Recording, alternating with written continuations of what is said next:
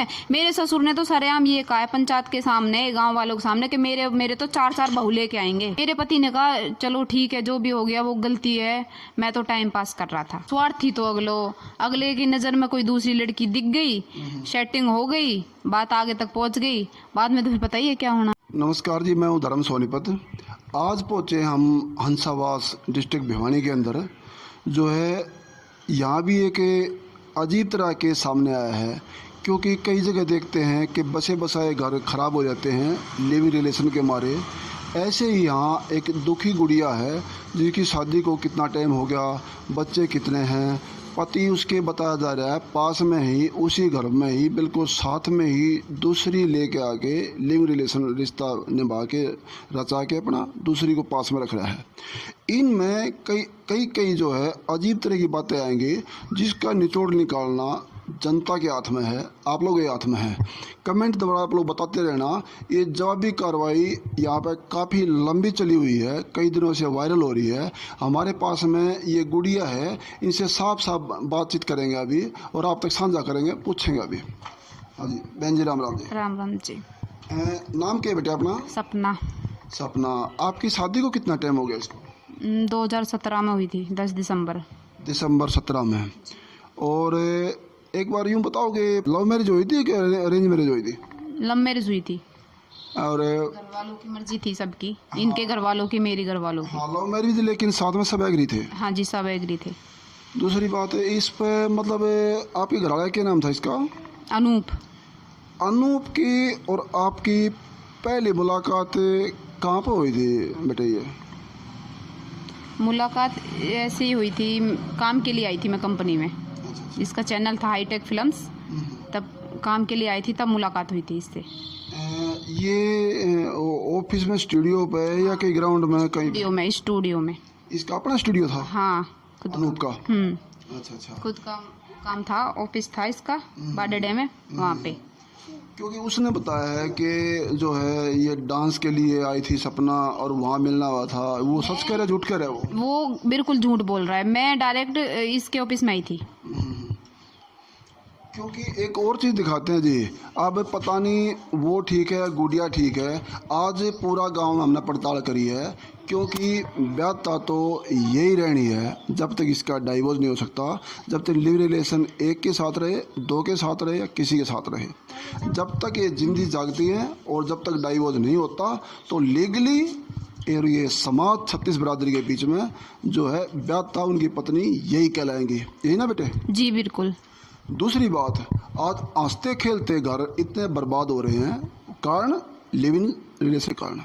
आज एक खुशहाल परिवार जिसका एक छोटा बच्चा है, कैसा साल बच्चा बेटे आपका? 3.5 3.5 साल का बच्चा, घर में पति, माँ बाप, देवर, पूरा परिवार खुशहाल। लेकिन दूसरी की क्या ज़रूरत पड़ गई थी वो भी इनसे पूछेंगे। वो दूसरी लेने का उनको क्या ज़रूरत पड़ गई, क्या मतलब मुसीबत क्या होगी, ज़रूरत थी, मुसीबत थी, क्या था उनका? वो तो जी मुसीबत के थी, वो ही जाने। जब स्वार्थी तो अगले की नज़र में कोई दूसरी लड़की दिख गई, सेटिंग हो गई, बात आगे तक पहुंच गई, बाद में तो फिर पता ही है क्या होना है। दूसरी बात, ये तो पहले मतलब आपकी भी लव मैरिज हुई है, सेटिंग तो आपकी भी हुई है, सब एग्री हो गए, फिर ये सेटिंग कब तक चलती रहेंगी? यूँ क्या पता कब तक चलेगी। एक दुखी परिवार का मुद्दा यही होता है जी, क्योंकि अगर चाहती तो ये भी गांव के गांव में या कहीं रिश्तेदारी में लिव रिलेशन सर्टिफिकेट अगर पति पास में रहते रहते अगर ये बनवा लेती है तो कैसा लगता है? मैं गांव राम से भी, जनता से भी और आप लोगों से भी, जितनी हमारी मातृशक्ति देख रही हैं, अगर आपका पति लिव रिलेशन में रहता है किसी को लेकर के यहाँ या किसी के पास जाके, आप कैसा महसूस करोगे? अगर आप खुशहाल परिवार में पति और बच्चों को छोड़ के और पास में ही गांव में किसी के साथ में आप लोग रहोगे, फिर वो पति कैसा महसूस करेगा? वही दुख अगर पति को देने की बजाय, एक बच्चे को देने की बजाय, अगर उसी दुख के नज़रिए से अपनी तरफ भी देखा जाए, वो अपने ऊपर पड़ेगा तो कैसा लगेगा?